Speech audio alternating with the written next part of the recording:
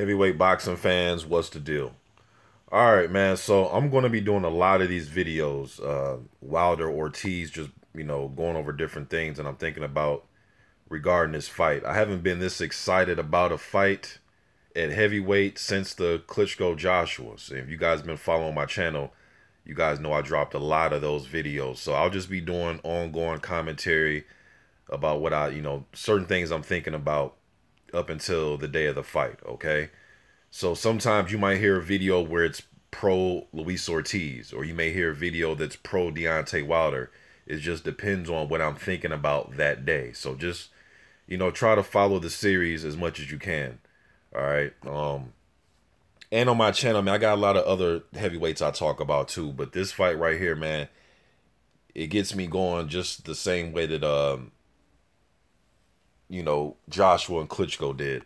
And before that fight, the last time I was super excited about a heavyweight fight that really, had me on edge was the Klitschko-Hay fight. I know in hindsight it's easy to say that Hay got dominated, but going into that fight, man, a lot of people thought Hay really had a chance with his speed and power and his awkwardness and all that. But anyways, back to this. Okay, I've covered a few things since this fight's been made. I think this is my third video talking about just different things with their styles. And one thing that I'm looking at, so this is going to be more of a pro Luis Ortiz video this time around, okay? The craftiness of Luis Ortiz in the way he throws some of his punches, man. I'm looking at right now, and I need to figure out a way to give you guys a visual, man, without getting a copyright. Should take more time editing these videos to show you guys exactly what I'm saying, but I'll leave this highlight video in the comment section where you guys can go and see exactly what I'm talking about. The Coyote fight, I'm looking at that right now. I'm looking at this highlight video, and I've watched all these fights in their entirety, okay? Even when Ortiz had blonde hair, I even seen those fights. But what I mean by his craftiness is, and this lets you know just, how much this guy's been in the ring, how much he's been boxing. You only pick things like this up when you've been in the ring a lot. I'm looking at the Coyote fight, and the right hand that knocks Coyote down, look at the way Ortiz set that up. He threw a short left hand. He meant to come up short, you can tell, especially when they played in slow motion. He threw a short left hand to make Coyote react to it. Because when you fight Ortiz, what punch do you expecting to come? The left hand, whether it's straight, whether he loops it, whether it's an uppercut to the chin or uppercut to the stomach. You're expecting that to come, right? So he throws a short left hand, gets him to react, and then he throws a punishing right hook that puts him down. He kind of did that with Jennings. Go back and watch the Jennings fight. The first round, the first shot that hurt Jennings, when you can hear Hopkins, I think it's Kellerman too, but Bernard Hopkins says, "Oh, Jennings hurt, Jennings hurt, Jennings." I think it was Kellerman that said it. He's like, "Jennings hurt."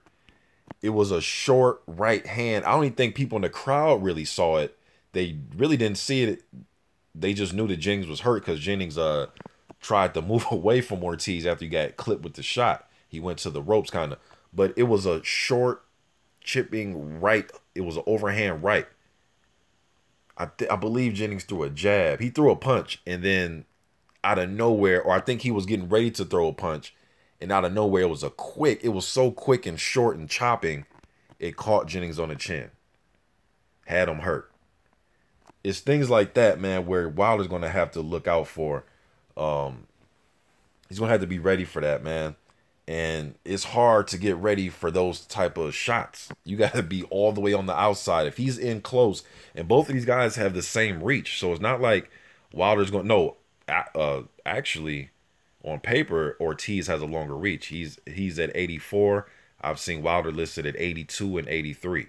So he's going to have to be on the lookout, man, of those type of shots. It's one thing to be waiting for the left hand to come.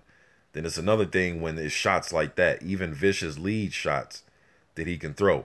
I'm looking at now, it's showing the Matisse Vidando fight. I remember this one because this is the fight where I was noticing, it really came to my attention in this fight, and I've seen it in other fights too, where Ortiz, he does this thing where,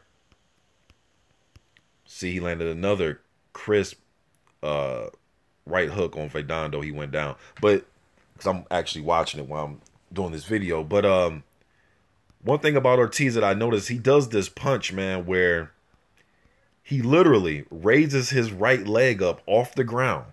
Literally, you guys probably know what I'm talking about. It'll be in this highlight package that I'm gonna leave in the comment section. But he raises his left foot off the ground, like his knee is up in the air, and he'll stomp down. I don't know if he's purposely trying to stomp down on his opponent's lead foot, because he's usually fighting orthodox fighters and he's southpaw. He'll stomp down with that lead right leg. He'll bring over a right hook. He's not necessarily trying to land on you. Trust me, he's not trying to. If it hits you, it hits you. He's literally throwing that right hook over the top to bring your arm down.